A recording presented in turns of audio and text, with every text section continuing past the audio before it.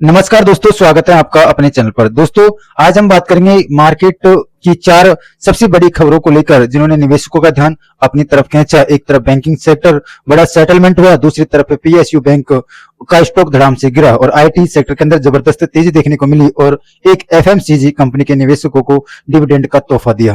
तो चलिए दोस्तों, बिना देरी के शुरू करते हैं। दोस्तों, अगर आप वीडियो पर नए हैं तो वीडियो को लाइक करें, शेयर करें और सब्सक्राइब जरूर कर लें। नंबर 1 पे आता है दोस्तों बैंक ऑफ बड़ौदा। यानी सबसे पहली जो बड़ी खबर थी ये बैंक ऑफ बड़ौदा से लेकर ही थी। देश के दूसरे सबसे बड़े public sector bank NMC health से जुड़े एक विज्ञापन में बड़े पुराने कानूनी विवाद को खत्म कर दिया गया। बैंक ने $600 मिलियन यानी कि करीब 5700 करोड़ रुपए का आउट ऑफ कोर्ट सेटलमेंट किया। यह मामला था दोस्तों यूएई की health care company NMC health के 2020 वाले कोलैप्स से, जहां भारी फ्रॉड और छुपाए गए कर्ज का खुलासा हुआ। बैंक ऑफ बड़ौदा पर आरोप था उसने कुछ फाइनेंसिंग अरेंजमेंट के जरिए इस कर्ज को छुपाने में मदद की थी। अब बैंक के बिना किसी जिम्मेदारी के ये स्वीकार किया है कि मामला है उसको निपटा दिया जाए और अबू धाबी व लंदन दोनों जगह कानूनी कार्रवाई खत्म हो गई। लेकिन मार्केट का रिएक्शन क्या रहा? पिछले 2 ट्रेडिंग सेशन में बैंक ऑफ बड़ौदा का स्टॉक 7% से ज्यादा टूट चुका है और 3 जुलाई को 4% और 4 जुलाई को करीब 3% तक की गिरावट देखने को मिली थी। निवेशकों की चिंता थी कि इतना बड़ा पे आउट बैंक की बैलेंस शीट पर असर डाल सकता है। दोस्तों, अगला था यूनियन बैंक ऑफ इंडिया की तरफ से। दूसरी बड़ी खबर यह रही कि जो पीएसयू बैंकिंग सेक्टर में यह भी चर्चा रही कि कंपनी बैंक ने जून 2026 की तिमाही प्रोविजनल बिजनेस अपडेट जारी किया। नतीजा यह हुआ कि स्टॉक एक दिन में 7% तक टूट गया। हालांकि बाद में कुछ रिकवरी भी देखने को मिली। अब सवाल यह है कि आखिर खराब क्या था? दरअसल एडवांसेज यानी कि लोन ग्रोथ की सालाना आधार पर 12.5% तक की मजबूत बढ़त दिखाई दे रही है, लेकिन डिपॉजिट ग्रोथ सुस्त रही। तिमाही आधार पर डिपॉजिट करीब 1.8% की गिरावट आई। कासा डिपॉजिट भी घटा।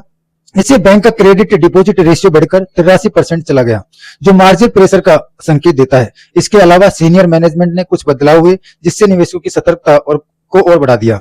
ब्रोकरेज जो फर्म है मोतीलाल ओसवाल ने स्टॉक को न्यूट्रल रेटिंग में बरकरार रखते हुए 190 रुपए तक का टारगेट प्राइस दिया है।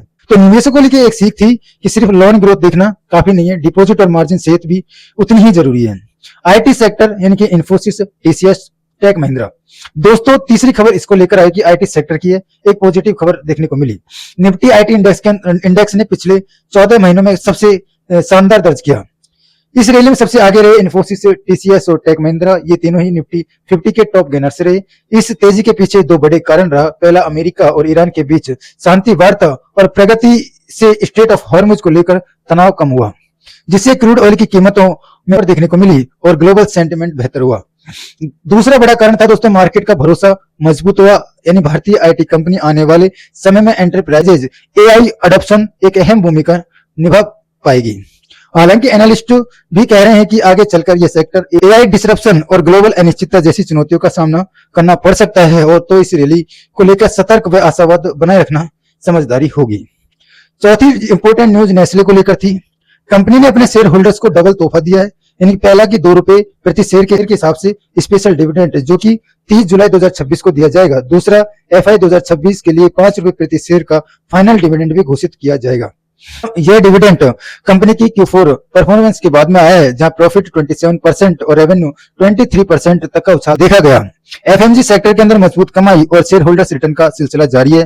तो दोस्तों, ये थी कुछ 4 सबसे बड़ी इंपॉर्टेंट न्यूज है जो बैंक ऑफ बड़ौदा का settlement, union bank of India के अंदर गिरावट, आईटी सेक्टर के अंदर जो जबरदस्त रैली और नेस्ले ने जो डिविडेंड का बोनांजा दिया है।